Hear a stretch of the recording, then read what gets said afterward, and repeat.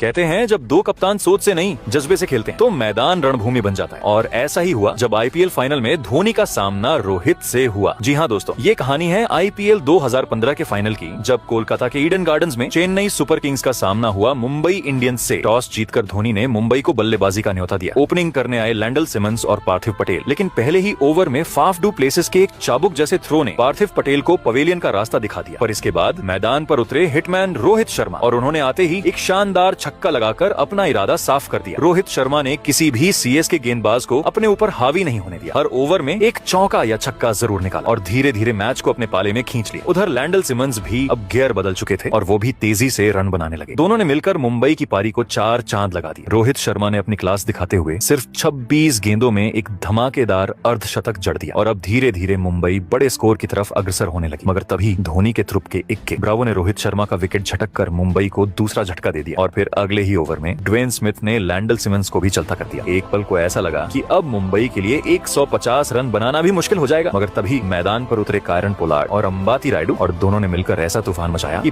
पूरा Eden gardens हिल गया। दोनों के लगातार चौकों छक्कों ने सीएसके के गेंदबाजों की धज्जियां उड़ा दी। पोलार्ड ने सिर्फ 18 गेंदों में 36 रन ठोके और रायडू ने भी 24 गेंदों पर 36 रन बनाकर मुंबई की पारी को एक नई जान दे दी। और उनकी इसी साझेदारी की बदौलत मुंबई इंडियंस ने 20 ओवरों में 202 रन का विशाल स्कोर खड़ा किया। अब चेन्नई सुपर किंग्स को फाइनल जीतने के लिए चाहिए थे 203 रन। ओपनिंग करने आई ड्वेन स्मिथ और माइकल हसी की मशहूर जोड़ी। दोनों बल्लेबाजों ने संभली हुई शुरुआत की, मगर रनों का दबाव ज्यादा था और उसी दबाव में हसी अपना विकेट गंवा बैठे। हसी के आउट होते ही मैदान पर सन्नाटा छा गया, लेकिन दूसरी ओर ड्वेन स्मिथ अब हाथ खोलने लगे थे। उन्होंने कुछ जबरदस्त शॉट्स लगाकर रनों की रफ्तार बढ़ाने की कोशिश की। स्मिथ ने रैना के साथ मिलकर रनों की बरसात शुरू कर दी। हर ओवर में दोनों चौके छक्के लगाकर मुंबई पर दबाव बढ़ाने लगे। दोनों ने दूसरे विकेट के लिए 66 रन की साझेदारी की, मगर तभी हरभजन सिंह ने स्मिथ के रूप में सीएसके को दूसरा झटका दे दिया। अब बल्लेबाजी करने आए चेन्नई की सबसे बड़ी उम्मीद कप्तान महेंद्र सिंह धोनी। उन्होंने रैना के साथ मिलकर पारी को आगे बढ़ाने की कोशिश की, लेकिन रन रेट का दबाव इतना ज्यादा था कि सुरेश रैना भी ज्यादा देर टिक नहीं पाए और पवेलियन लौट गए। अब चेन्नई की मुश्किलें बढ़ चुकी थी, क्योंकि स्कोर बोर्ड पर रन धीरे धीरे बढ़ रहे थे और विकेट लगातार गिर रहे थे। धोनी ने कुछ कोशिश जरूर की, कुछ बेहतरीन शॉट्स भी लगाए, लेकिन मलिंगा ने उन्हें भी ज्यादा देर टिकने नहीं दी। एक सटीक यॉर्कर के साथ धोनी को भी पवेलियन भेज दी, और उसी के साथ चेन्नई की ट्रॉफी उठाने की उम्मीदें लगभग खत्म हो गई। उसके बाद तो जैसे चेन्नई की पारी बिखर सी गई। डुप्लेसिस, जडेजा, कोई भी बल्लेबाज टिक ही नहीं पाया, और चेन्नई की पूरी टीम 20 ओवरों में सिर्फ 161 रन पर सिमट गई। और इस तरह मुंबई इंडियंस ने आईपीएल 2015 का खिताब 41 रनों से अपने नाम कर लिया, और पूरी दुनिया को बता दिया कि कप्तानी अगर रोहित शर्मा की हो तो नामुमकिन भी मुमकिन बन जाता है।